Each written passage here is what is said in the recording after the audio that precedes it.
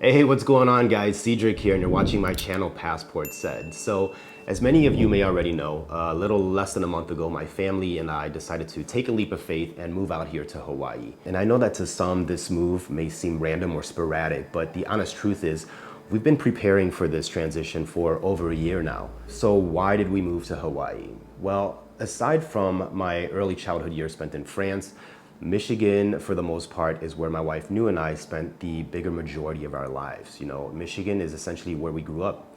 It's where we went to school, where we got our college education, where we got married, had children, bought our first house, built a career in the restaurant industry, and it's where most of our friends and family reside in. For the most part, you know, Michigan treated us well. You know, we were content there, we were comfortable, but I think that's also where the problem came into play. You know, we're just that comfortable. You know, and I think I can speak on both New and I's behalf when I say that we kind of started to feel stuck in Michigan, like stuck in this repetitive cycle, you know, doing the same things in the same places time after time again. And on top of that, it also probably didn't help that I turned 40 at the time. So much like a midlife crisis, actually it probably was a midlife crisis, but yeah, I started to take a look at my life and the years to come. And in all honesty, I just couldn't see myself continuing to live the later years of my life in Michigan. You know, for the most part, we were happy in Michigan, but I always felt like there was something more. And at the core, I think that's what drove me to travel and explore different places around the world. You know, I was always curious as to what life was like in other places outside of the one I've known. You know, one thing that I've never shared in any of my travel videos is that, like most people, I have a fear of traveling, believe it or not.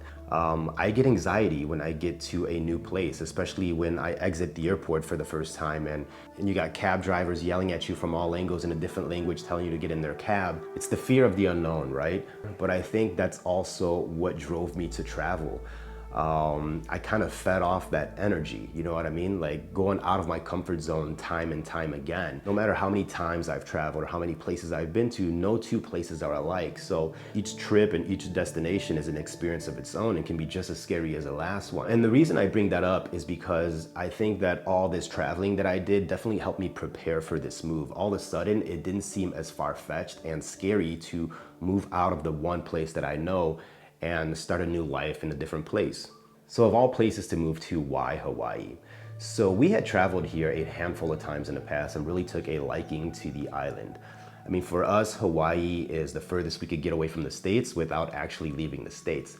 Not that the objective was leaving the US, but Hawaii is far enough removed from the rest of the United States that the culture and scenery here is drastically different than the one we're accustomed to on the mainland. And being that Hawaii is actually still part of the United States, there's no paperwork that had to be done in order for us to move here. It was literally a plane ticket, lay our bags down, and here we are. And that's kind of the beauty of it. You know, it's so far removed that we kind of have this feeling that we're in a different country, but we actually still have the comfort of still being in the US. Another big reason why we decided to make this move is that we wanted to experience this with our kids. You know, we wanted to experience life outside of Michigan.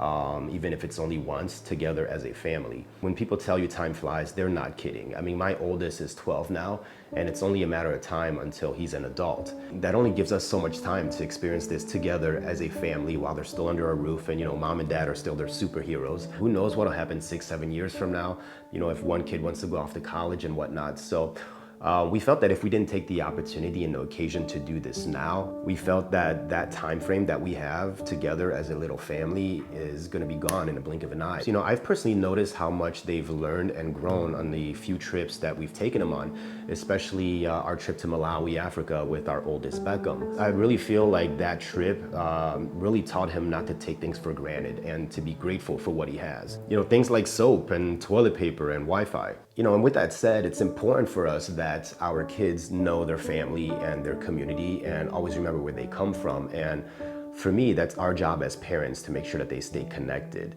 As far as the community goes, I mean, you know, essentially community is what we make it. You know, it can be as small or as big and inclusive as we want it to be. One thing I really try to do with my kids is try not to make them feel restricted or confined in this bubble. You know, I want them to grow up feeling like the world is their playground and that it's up for grabs. And hopefully this experience kind of helps with that, you know. Now we knew that moving out here would have its challenges, especially the cost of living out here. Now it's no secret that Hawaii is a much more expensive place to live than most places on the mainland. You know, if it actually doesn't rank as the most expensive state, it's in there in the top 3 along with California and New York. So we definitely had to study the cost of living out here and then take a look at our own personal situation, take a look at our expenses and our spending habits in order to ensure that we could live comfortably out here. You know, so we did just that. You know, we took a look at our situation, made the adjustments where needed. So, you know, we decided to start off by renting a home, a fully furnished home, because not only would it make the initial transition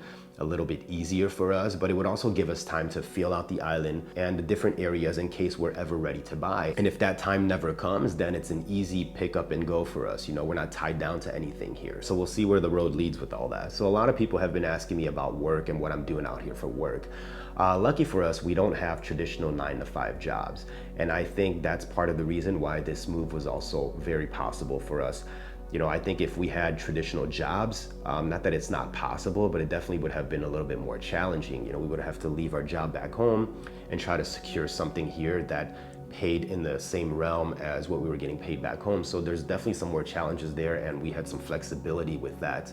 What if it doesn't work out? Everybody's favorite question when it comes to risks, right? And my answer to that is, I mean, what if it does, right? But in this particular situation, I honestly didn't know how to answer that question due to the fact that we don't actually have any solid plans or goals out here. It's not like we came out here for something specific or trying to achieve something specific. And for us, I think this is an experience. This is a small part of a bigger journey. You know, some people value Gucci bags, you know, and we value life experiences. So no matter where this road leads and what happens in the end, I think the experience alone will all be worth it. But with that said, you know, I can't sit here and tell you this is 100%, you know, our forever place. You know, I don't even know what's gonna happen tomorrow. So who am I to tell you what's gonna happen in the next, you know, 5-10 years? You know, will this place get too small for us? Will we get island fever, as they call it? I mean, it's definitely possible, and it's definitely happened to people. You know, after spending a certain amount of time here, some people start to feel claustrophobic and can't take the idea of being stuck on this rock in the middle of the Pacific. Some of us, you know, back on the mainland, myself included, sometimes didn't even leave our city, or better yet, our neighborhood. But I think sometimes it's psychological, and it's knowing that if you want, you can. I mean, you know, back home in Detroit, if we wanted to jump in our car and drive out to California, we could, right? You know, out here, a car will only take you so far. So you can definitely jump on a flight if you wanted to, but it's not an easy come and easy go. And I can see why people start to feel like they're trapped here on the island. You know, but hopefully we don't have any issues with that, and we stay happy out here for a while. So it's been about 4 weeks now, and for the most part, the transition has been pretty good. You know, the kids are well adjusted in school. They've made some friends.